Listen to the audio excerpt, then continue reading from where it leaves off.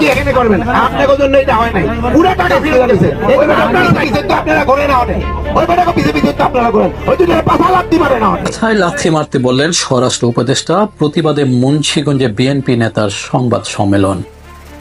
গেল শনিবার মুন্সিগঞ্জের আরিয়াল বিলের ধান কাটা কার্যক্রমের উদ্বোধন করতে গিয়ে কৃষক ও সর্বসাধারণের সাথে বিভিন্ন বিষয় নিয়ে কথা বলছিলেন স্বরাষ্ট্র উপদেষ্টা লেফটেন্যান্ট জেনারেল জাহাঙ্গীর আলম চৌধুরী। সে সময় সিরাজদি খানের শেখের নগরে হাসপাতাল নির্মাণের কথা উঠলে খানিকটা ক্ষিপ্ত হন তিনি এবং তিনি বিএনপি নেতা ও শিল্পপতি শেখ মোহাম্মদ আবদুল্লাহ ও তার ভাইকে জড়িয়ে আপত্তিকর কথা বলা ও আপত্তিকর নির্দেশের প্রতিবাদে সিরাজদি খানের শেখের নগরে সাংবাদিক সম্মেলন করেছেন মুন্সিগঞ্জ জেলা বিএনপি নেতা শেখ মোহাম্মদ আবদুল্লাহ।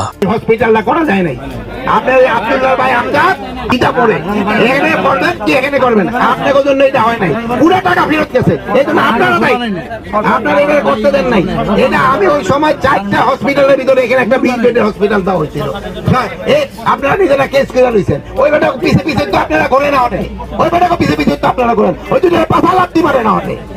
সোমবার বিকেলে শেখেরনগর উপস্বাস্থ্য কেন্দ্র প্রাঙ্গণে সাংবাদিক সম্মেলনে আবদুল্লাহ বলেন স্বরাষ্ট্র উপদেষ্টা মূল ঘটনা না জেনে তার দুই ভাইকে জড়িয়ে বেফাস কথা বলেছে, যা মুখে আনা যায় না।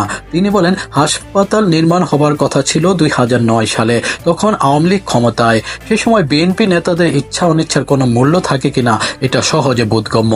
তিনি আরো বলেন কারো কথায় প্ররোচিত হয়ে মূল ঘটনা না জেনে স্বরাষ্ট্র উপদেষ্টা তাদের বিরুদ্ধে এমন বক্তব্য দিয়েছেন।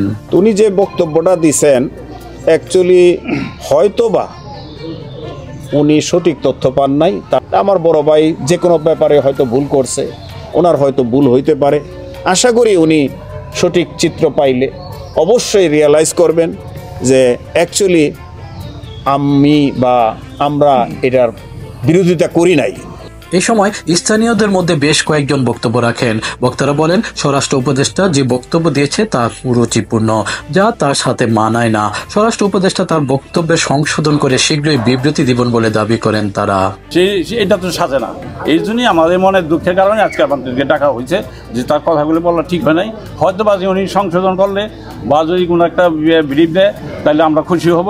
উল্লেখ্য 2008 সালে শেখরনগর দাতব্য চিকিৎসালয়ের স্থলে 20 শয্যা বিশিষ্ট একটি হাসপাতাল প্রতিষ্ঠার অনুমোদন হয়, যা 2009 সালে নির্মাণ কাজ হাতে নেওয়ার কথা থাকলেও স্থান জটিলতায় তা আর হয়ে ওঠেনি। সে প্রসঙ্গে স্থানীয়দের এক প্রশ্নের জবাবে আবদুল্লাহ ও তার ভাইকে দোষারোপ করে একথা বলেন স্বরাষ্ট্র উপদেষ্টা। জসিমউদ্দিন দেওয়ান, মুন্সিগঞ্জ.tv।